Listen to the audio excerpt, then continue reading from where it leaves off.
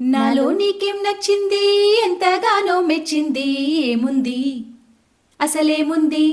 అందాల ధనం అంతేనా, బంగారు గుణం అంతేనా, పాపాయితనం అంతేనా, నీ పిచ్చితనం అంతేనా?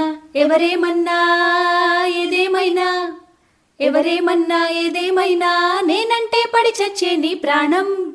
16 ఏళ్ల పాప, నీకు ఏదిష్టం, ఏదిష్టం, ఏదేదిష్టం?